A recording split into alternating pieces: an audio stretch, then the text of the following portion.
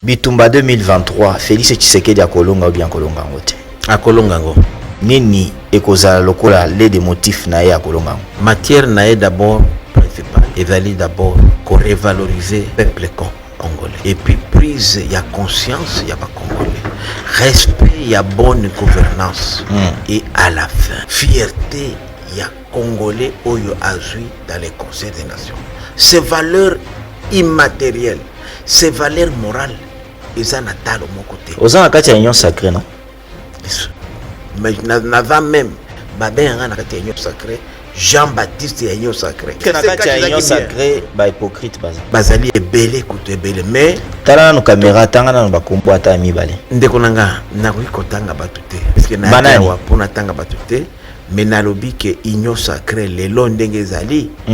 Ezali bouillabaisse pour au moment opportun de séparer les bons grés de livrer puisque union sacrée il faut ezala réellement sacré et le que ça sacré que ça va douter donc il n'a pas la veille à l'élection la plus importante c'est l'élection du président de la République. Union sacrée à cause de la candidature. Il y a beaucoup visionnaire parce que union sacrée c'est la vision d'un individu. Il s'appelle Tshisekedi. Olinga été il faut te réformer et on a insisté beaucoup dans il faut tout dans la charte. Les gens ne veulent pas, ne peuvent pas même jusqu'à la veille à l'élection tout dans la virtuelle. Il faut tout dans la charte. On adhère à une charte. On sait où on va. Attention il totikali 2-3 regroupements. Mais soudé avec une vision moko donc une musique olobi que Joseph Kabila na makambo etali est asalaki ba accord ya wana ndi article ki Félix Tshisekedi ibuli ya makasi bombe article biso bombe à retardement ayebaki pe ya kazotika la biso asalaki yango na nko ou bien nakanisa asalaki yango na nko puisque oko mutolingi mboka na yo oko ndimate ke osala ba accord ya ndengo wana te puisque lelo yo tozali ko gérer nde ba dégâts na bango. Et ça nous fait perdre du temps pour rien. Mais là, on a zolo baboinde que l'élo par exemple, na bloc patriotique voilà, fondement idéologique moko ezali. Église catholique, église protestante, baloba qui clairement et jusqu'à la preuve du contraire balobi biso toujours soutenir le processus électoral oyo. Avant, comme je l'avais annoncé dans notre annonce, que toko solo là na mwana mboka prof Prince Willy Mishiki oyaza moko ya ba notable ya Nord Kivu Prince de Walikale nde ba mususu ba ko bengae na pesi professeur Prince Willy Mishiki mbote. Alors to limbo la makambo ele kana mboka parce que thème na biso to ko césarder mingi na o etali situation ya guerre na est ya mboka. Tokobeta lisolo oyo tomonaki que entre Nairobi na Kenya oyo lekaki les groupes armés bayaki kosolola na délégation ya République démocratique du Congo pona yo déjà de le départ ndenge ni okomona emoneli ya makambo wana ya kokende kovanda na ba oyo ba kobundisa Congo kosolola na bango na ce qui concerne que kimia ezonga na République démocratique du Congo. Bon, d'abord il faut batu bayeba ba Congomani bayeba ke depuis que Mboka Nabiso est côté na communauté des États de l'Afrique de l'Est, oui, au baso benga na anglais East African Community, donne à Mboka Nabiso échangé, puisque webi ke kala tozaki mingi nungu Nabiso e bando ta mingi na ba pays voisins.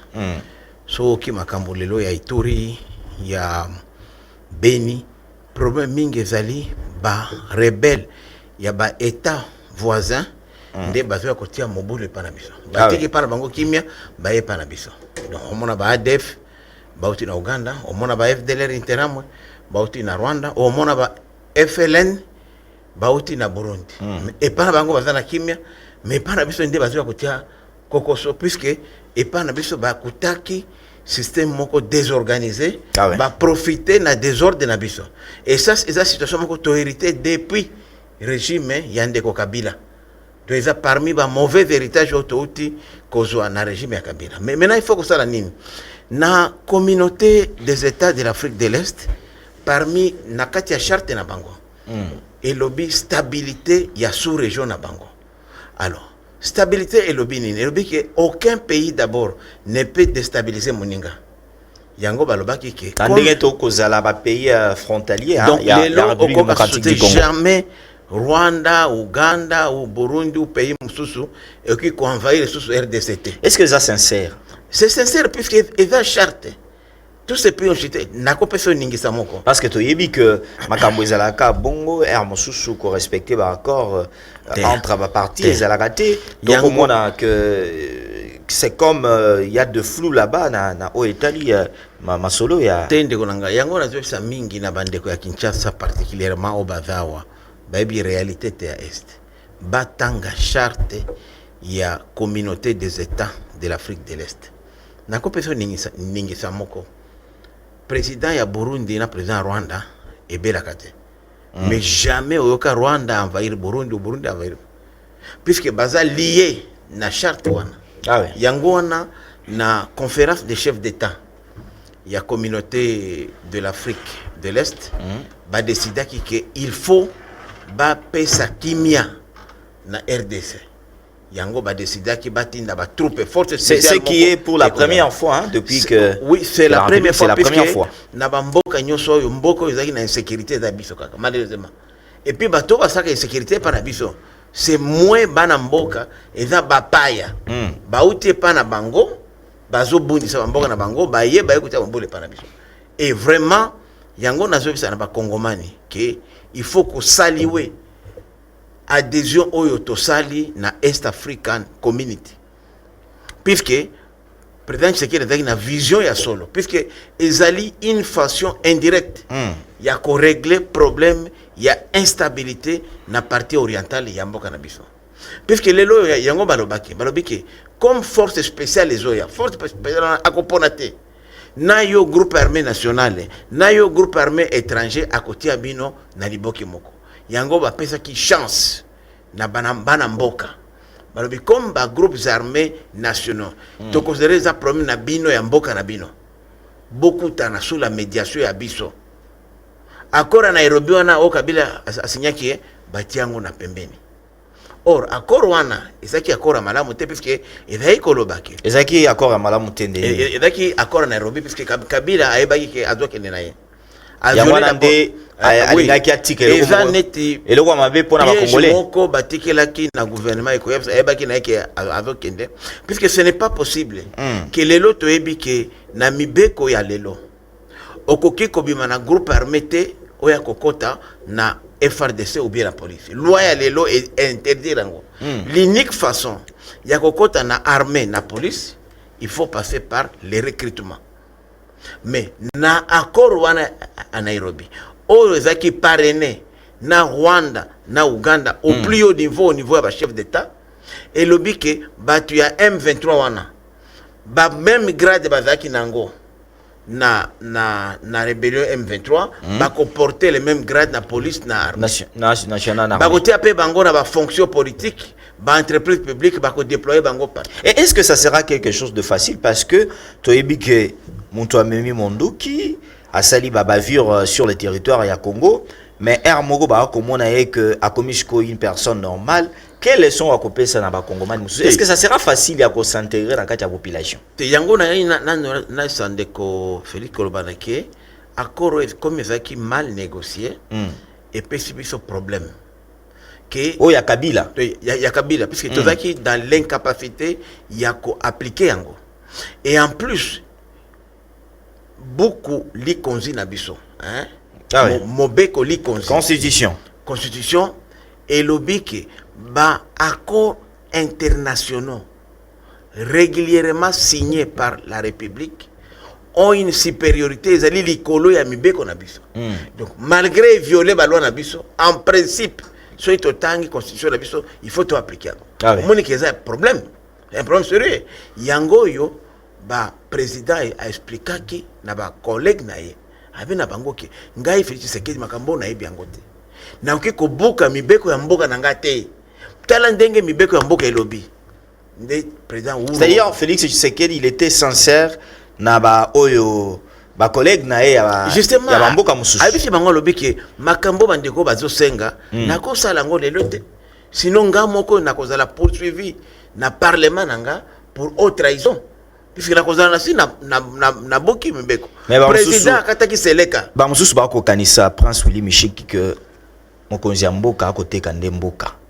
Mais nde yango nazolo baboye nga moi je parle des faits nazoba na ba faits soki Tshisekedi asali yango te à s'opposer na résolution ya médiation ya batwana yende akozala problème puisque lelo tozali na situation moko ya mabe gouvernement ya kala o elekaki engagé ki biso na atiaki biso na kati ya libulu faut que Félix amina biso na kati ya libulu wana et j'étais content que bandeko ya M23 bandimaki bazala mis au même pied d'égalité que ba groupes armés mususu Ba mususu wana alors que o ezaki concerné ka ya bango donc ça c'était et bango nyoso il y avait au moins 30 groupes armés au Bazaki sur les 450 ils na partie orientale mais les 30 là étaient vraiment représentatifs il y a ba force réelle aux Panabis munga na uti Goma il y a 3 jours na uti Goma Herbaye na aéroport tozaki na bango na soye na bango puisque rôle na biso en tant que ba notable ezali ya ko sensibiliser bango puisque souvent après ba négociation boye mweka ba boye ba changer yango na zo senga boye en tout cas la grande majorité na bango le fait c'est ma qui a gouvernement est-ce que tango solo qui na bango bazaki sincère en tout cas na monaki que bonne volonté pas sincérité mais bonne volonté ezali ya kolobake batika mindo ndeko nanga oyebi kozana zamba moi j'ai eu la chance na mboko yo area 1+4 ya ko diriger entité Maïmaï. Ah ouais. Et j'ai gardé de bonnes relations avec Moussoussou, Bazana Bazamba, Kodeko, Maïmaï et en tout cas partout. J'ai eu la chance. Et puis, na ebisa kayoke, na ngina ebisa oboye, ba kongomani pe ba yeba que 90% ya bato bazoli bango ba groupes armés, bazana mobile politique mon côté. Problème mingi ezali problème ya survie. Soki lelo opesi mutuana zana munduki na zamba opesi ka $100 minimum na ebisio que plus de 90% bakolongwa kuna. Est-ce que vous voyez c'est ça le problème? Est-ce que problème est-ce que c'est ça le problème parce que ndeko Prince Willy Mishiki tango kolobake eza problème ya survie mais likamususu eza ki batuana bazana batu oba ravita ya kabango bazala kasima wana soki ezaka pona mbongo mais c'est l'autre sengeli to ba guerre c'est là qui déjà mende na zolo banayo ke batu bazali ko profiter le fait que d'abord batu na bazaba pauvre bana ba ko profiter batu yo il y a des politiques hein et des hommes d'affaires bazo utiliser bango profitant na faiblesse na bango si le plan est revenu. La République démocratique du Congo. Bien sûr, na libanda pe. Okomona ke ba groupes armés mingi ezali esika ba ressources ezali. Soit café, cacao, EVA, soit or, coltan, minerais, bois, pétrole. Nde esika bazali. Puisque batu wana siko bazo utiliser bango, puisque bango bazana moyen msote ya servi pour ba accéder na ba ressources wana, ba créer déstabilisation. Instabilité na place wana pour bango baya ko profiter, ko accéder à la ressource de la biso d'une manière illégale. Deuxième chose, ce qu'on moni 95% y a pas groupe armé. Mingi batangate niveau na bango section za muke bazwa chance ta na kelasi moyepe bazwa misale zate ba milliers na bango au bazar ba fera bazan et ça développé il n'y a pas d'emploi 98% na bango bazar ba chômeur. Non seulement qu'il n'y a pas d'unité de production, mais batanga pété. Puisque les parents sont tellement pauvres qu'ils vont la moitié. Alors, n'importe qui a koya mtozana kama bonya muke a utilisé bango. Troisième chose, ba milliers wana ndeko nangai. Ngana utikuna. Ce sont des milliers totalement enclavés. Yango na zolo bagwe. Même na programme ya 145 territoire. Pour le développement ya mboka soki ba parvenir te kotala ba infrastructure routière accession ezala na ba mili wana elomo ko salamate puisque komona que place de sécurité ezali kende na ba bogo kende na ba OK na ba Ituri OK na ba Grand Nord bolikale même ba côté plateau de fika mutu ka ekomakate.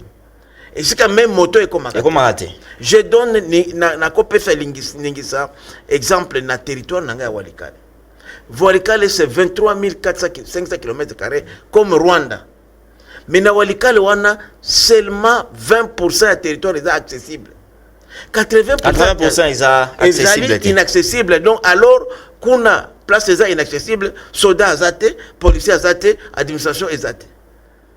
Qu'est-ce que vous attendez de la faute c'est ça la réalité, il y a partout. Faute est wapi.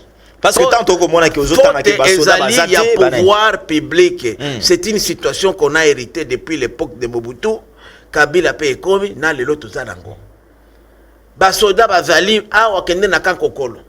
Kende na kanufungula. Ebele. Bazala musalate. Bazala yokote. Alors que d'abord militaire faut dans la caserne. On les va déployer bango basala musala, mais ils sont payés. Chaque soldat là taka sukutu na policier a payé. Na motoki na biso oyo pas qu'on te foutaka et puis ça va bon. Mais combien de militaires, combien de policiers travaillent réellement? Na bo ite bazala ba bureau. Mais na biso que okomona na ba millions ici ka sécurité ezali. Autorité de l'état ezali. Yango na lobaka boye. Aussi longtemps que autorité de l'état que la tende konangai, on aura toujours des petits groupes armés. Puisque place on est très vide wana. N'importe qui a s'organiser naie, à s'aliper régime naie. Ya bandi ko bondisa bana. Batwana yango moni bandeko baza ba rebelle ba pays voisins. Et qu'on ne parle bango ba veut ko traquer bango. Moi ba qui ne ko s'organiser date, il n'y a pas d'espace. Ba e para biso, ba trouver espace mo boye, ba s'organiser militairement, ba accéder à ba ressources pour qu'on se protéger.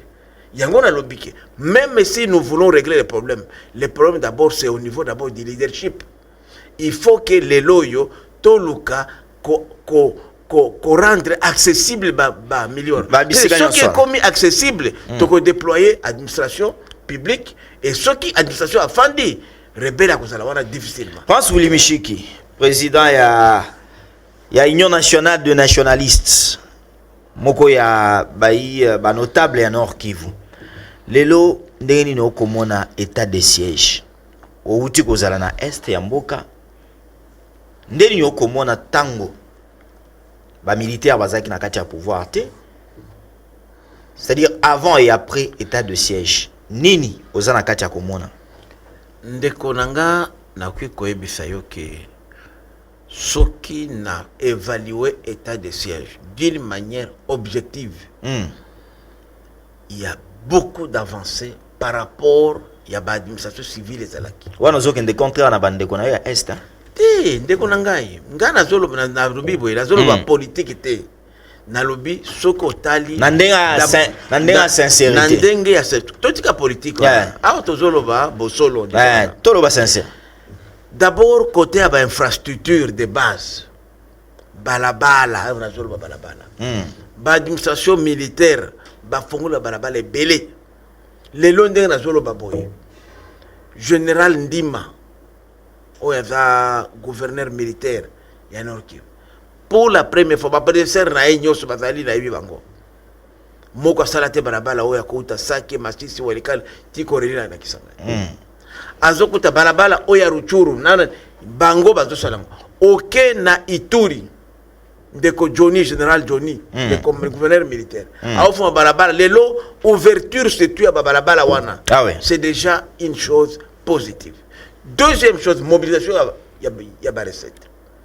Province net Ituri arrivait difficilement à ça 1 million de dollars par mois. Lelo ba ça 2, 3, 4 millions de dollars.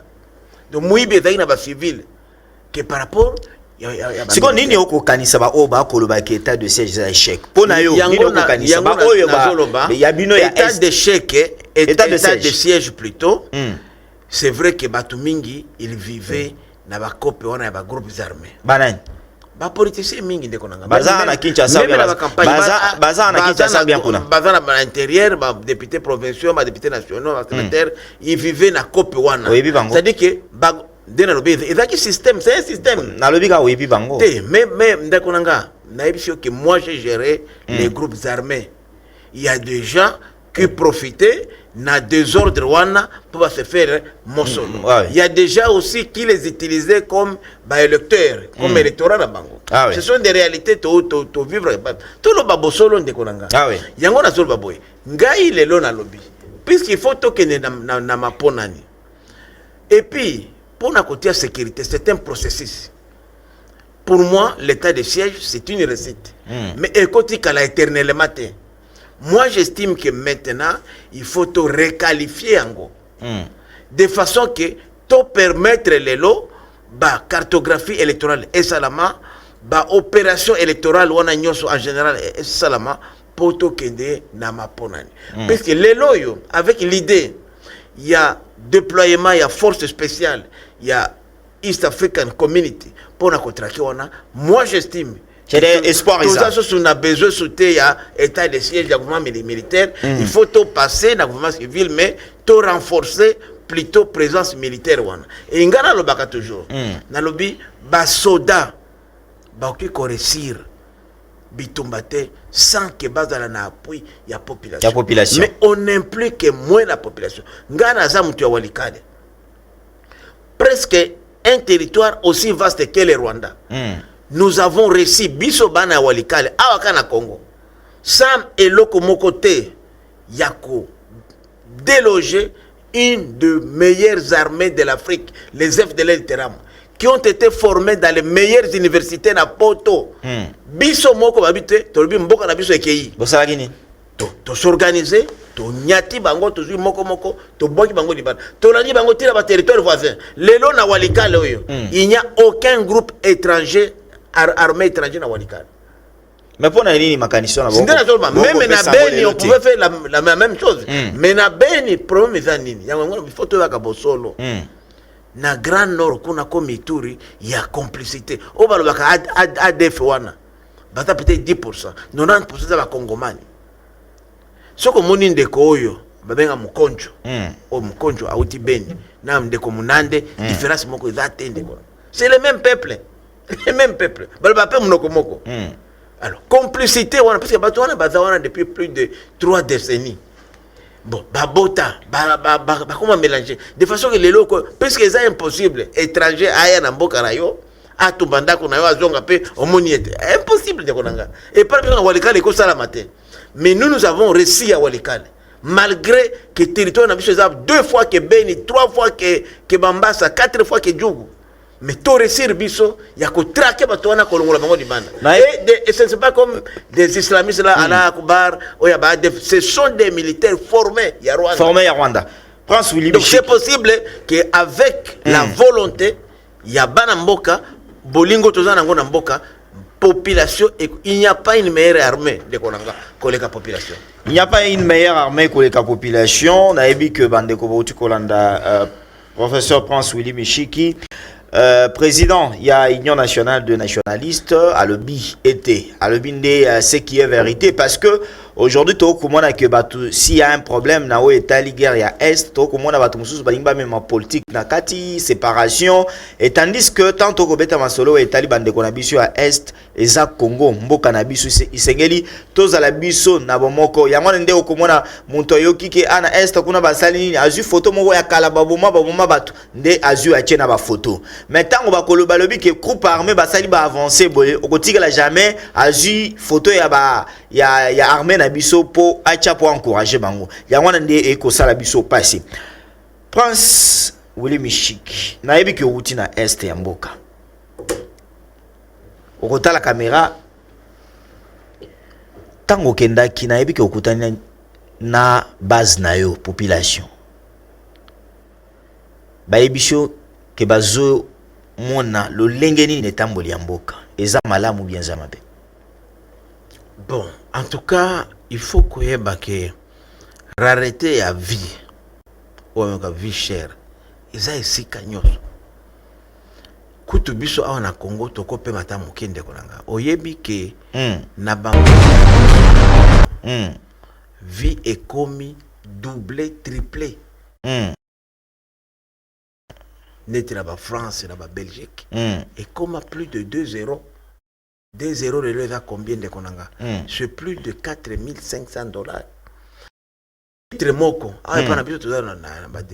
Or, ce qui secteur, il y a carburant et comité, secteur nyoso et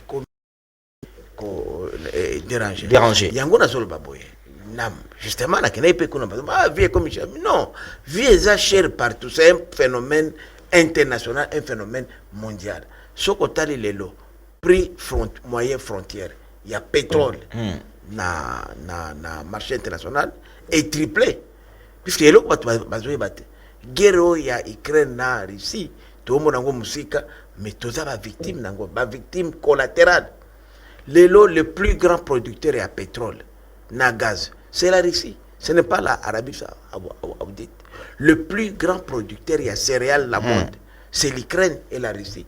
Donc bisopé et le fait que carburant à biso et où dans les pays occidentaux tous alliés lelo subir puisque bango ba pesi embargo Russie mais eux même ndé bazo souffrir l'embargo ango et nous parce que demande est comme mingi koleka offre yango na zoloba il faut que biso na Congo awa to créer mécanisme ya ko consommer congolais et puis ça nga passe de kona omona de l'eau toujours importer masango baloso alors que zamba ezali o ezokufa biloko okena bumba ezo même kopola lo toujours pour la bumba ola ko tiango donc ezo pesa nga mawa mingi na bi pétrole na biso moko ezali on nous a fait croire que pétrole na biso ezali lourd toujours exporter ngo na États-Unis toujours importer na États-Unis pétrole léger qui nous coûte 4 fois 5 fois plus cher. Saucir les lois zawana et comme un dépôt ya biloko chaque mois gouvernement na biso azofuta plus de 3 millions de dollars na structure de prix bazofuta la saucir comme dépôt alors que avec seulement 3 millions de dollars on peut réhabiliter saucir comme raffinerie pétrole parce que namboka nyoso on importe le pétrole brut et le commis brut est moins cher pour raffiner ngo mais bato mususu bakolobaki gouvernement ezalaki préparé te ata ntango okolobaki makambo ekozala na mokili nyonso bato balobi ke ata ntango okoexplike bongo vie ekokoma lokola ekokoma lisusu pasi bakongomani mosusu okomona meme na bilili bamosusu balobaki non esengeli ke mokonzi ya mboka aza sikoyo alongwa ata na bokonzi pour que makambo est ce que likambo eza Félix Tshisekedi ou bien likambo eza ndemo ndeko nakoyebiso boye Félix Tshisekedi yangani ana ye problème te aza pe victime collatérale n'a problème te na peso ningisa moko lelo oyo oti kolanda pour la première fois depuis to mboka na biso ekomaka indépendant les 30 60 c'est la première fois que régie financière moko et bata à l'occurrence DGI Direction Générale des Impôts a mobilisé pour un mois y avril kaka 1 milliard 500 millions de dollars. Mais balobi qui prend celui Michel. Na peso exemple so boko lo bana eza yango ya solo. Mais population pas ko sentir yango na zo iska ko expliquer de banga. Soki kaka yeo moka asalika 1 million 500. To ki tsangwa ta même na 1 milliard 500. To ti yango ta na 1 milliard kaka pamba. Pendant 12 mois c'est 12 milliards. Kaka ye kaka. Tala siko de Gérard. Tala DGDA. Tala ba redevance minière ndekonanga mboka oyo toko komata ba 30 milliards mais nini salama kiki makambo nyonso boko tanga lelo na tango akala na tango ya bokonzo uti ko leka banda ko salema te lolenge nini ya makambo esalemi pour que lelo to mona ba œuvre ya bongo ndeko problème ya mboka oyo na lobaka ezaka deux problèmes totanango problème ni ya liboso ezalaki absence ya leadership exemplaire à la tête yamboka na biso Félix Tshisekedi eza exemplaire il faut vision il faut tout dans la vision mboka bakabango na vision deuxième chose il fallait la bonne gouvernance ezo résumer bakamunyoso respect des droits de l'homme respect des biens de l'état respect de si ko futa pako ko futa mibako respect à mibeko parce que même constitution la biso mibeko mobeko likozi et lobby que le paiement d'impôts est obligatoire. Ceux qui te foutent biloko nyonso. Maintenant, les gouvernants deviennent responsables de la gestion.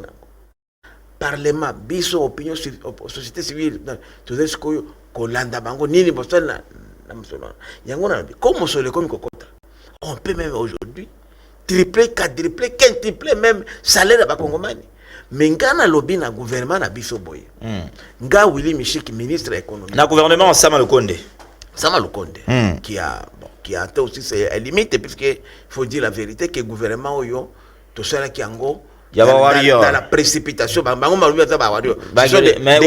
guerriers. Mais guerriers, ceux qui sont ici, ils sont comme Nata, guerrier, ça dépend de il faut pas payer.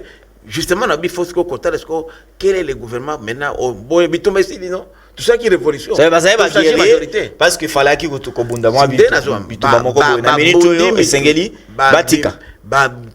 Bundi bitumba kitoko, ba gagné, même ba soda bakendaka nani no na front. Et yo soda aucun na front, au Bundi, au Sisi, kimia ekoti. Ce n'est pas yonde qui a diriger non. Au tika siko civil mtu a diriger siko. Parce que yo peuple siko kopona nani a diriger parce que kimia ekoti.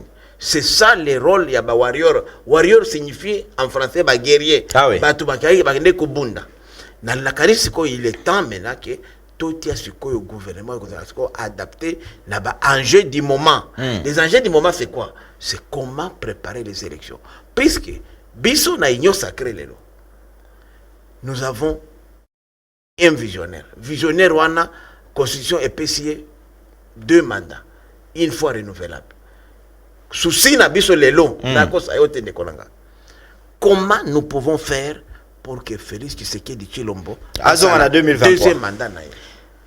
Sans tricherie, mais avec des œuvres. Il faut Moussala. Tricherie aux alatés. Et aux alatés, tu lingi Moussala et Salam. Et puis, mais Moussala donner aussi une majorité parlementaire confortable. Beaucoup en bilan, il y a représenté les besoins de la population. On dirait que Ndenge Papa Etienne Tshisekedi abandonne l'obake, babeti biso tonga, ya pongi ya bébé. C'est beau, là, là. Non, sacré beau là.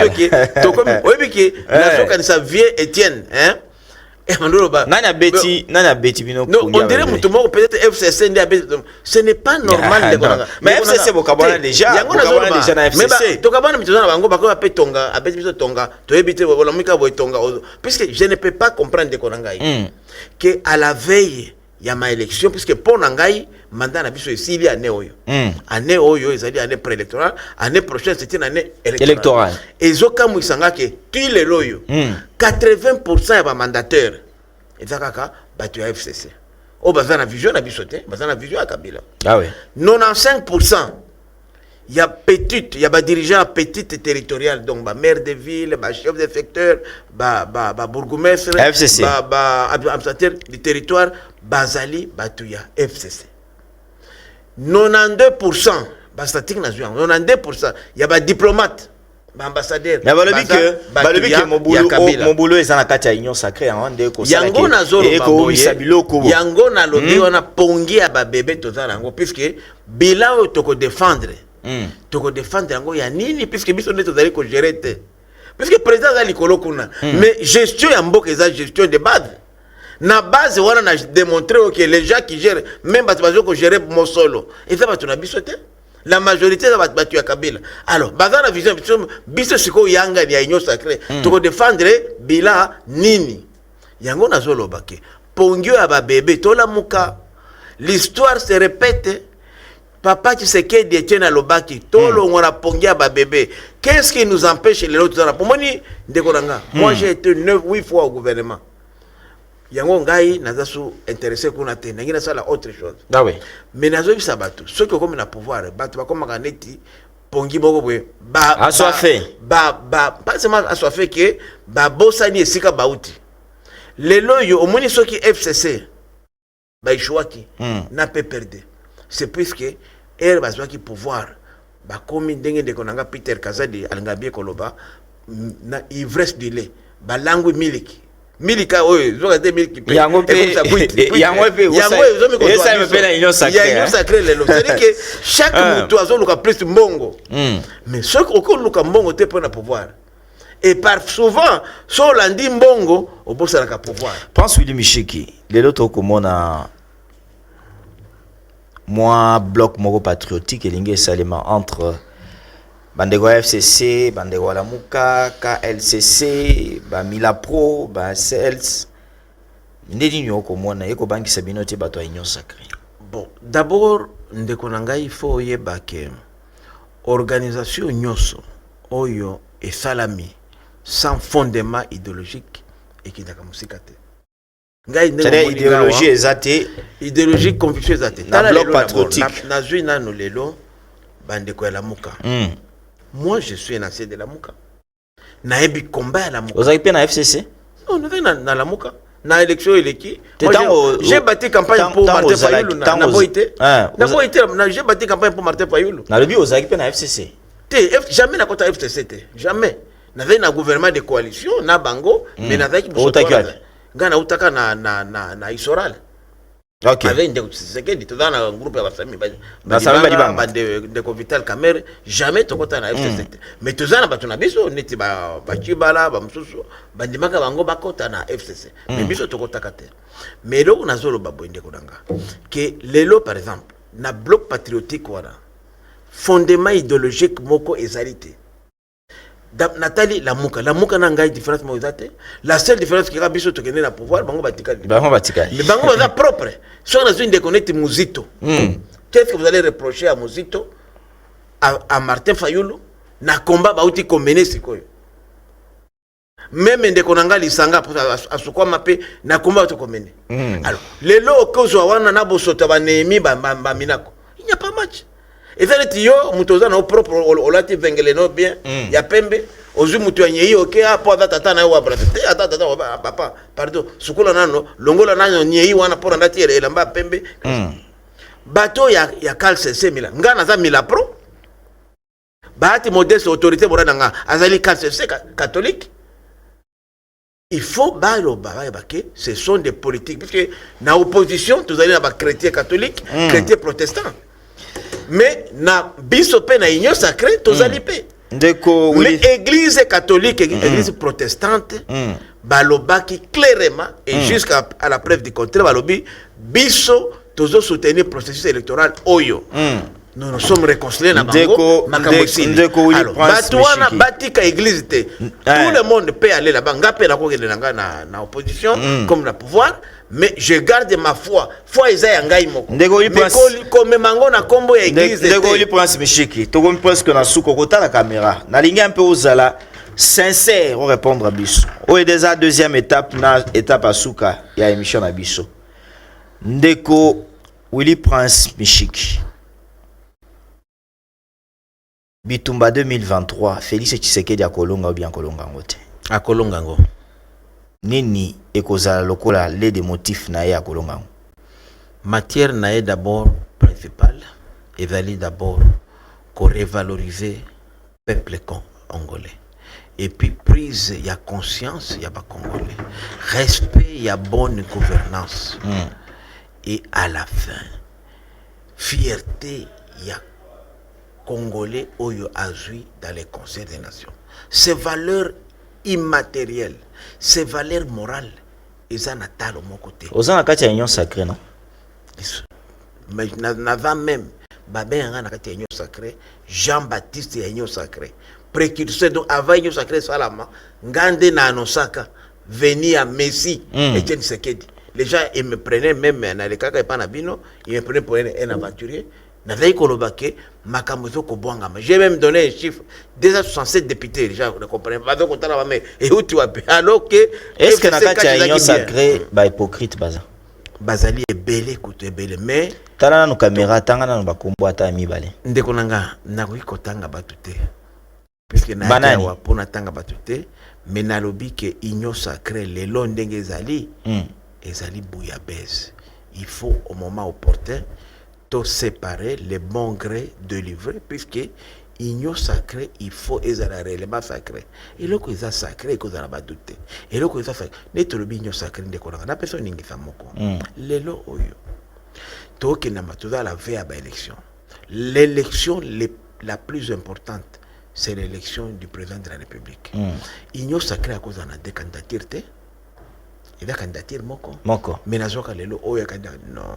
Il y a moko visionnaire parce que union sacrée c'est la vision d'un individu qui s'appelle Tshisekedi. Olinga été ezar. Yo ko salate le loza na union sacrée, olubi na boy Tshisekedi alors. Mais alors, oza liboma, oza muto liboma. Ça la lo yo pe vision na yo, c'est clair. C'est clair. Yango na zolo baké union sacrée c'est la bouillabaisse. Union sacrée na forme oza na ngo lelo, ezali bouillabaisse. Il faut to réformer yango. Et yango na zo insister beaucoup na biki, il faut to la charte. Les gens ne veulent pas, ne peuvent pas, même jusqu'à la veille à l'élection, tout dans la virtuelle. Il faut tout dans la charte. On adhère à une charte, on sait où on va. Attention, il y a 2-3 regroupements, mais soudés avec une vision moko, donc une musique qui cause la centaine de regroupements, mais qui ne partagent pas la même vision. Motuna Yasuka, Willy Prince Michik. Olobi que Joseph Kabila na makambo etali est asalaki ba accord ya wana ndi article ki Félix Tshisekedi libulu ya makashi. Bombe article biso bombe à retardement ayeba ki pe yango. Ki azotika la biso. Asalaki yango nanko ou bien nakanisa asalaki yango nanko puisque oko mutolingi mboka na yo oko ndimate ke osala ba accord ya ndengo wana te. Puisque lelo yo tozali ko gérer nde ba dégâts na bango. Et ça nous fait perdre du temps pour rien. Oui, mon solo, combien tu as dépensé dans le problème sécuritaire? Qu'est-ce que cet argent-là ne devrait pas faire de l'eau pour l'amélioration des conditions d'enseignants, conditions de soldats? Tout ce qu'on a aujourd'hui, pratique, détournement, fonds de ménage, détournement, salaire des militaires, vente, munitions, armes. Ce sont des pratiques qu'on a héritées du régime Kabila. On doit être sincère pour le dire que ce n'est pas bon. Je ne dis pas que c'est Kabila lui-même, c'est son système qui nous a légué ces mauvais héritages. Merci beaucoup, professeur Prince Willy Michiki, président ya Union nationale de nationalistes, Prince ya Walikale, notable ya Nord Kivu, na pesio botondi mingi.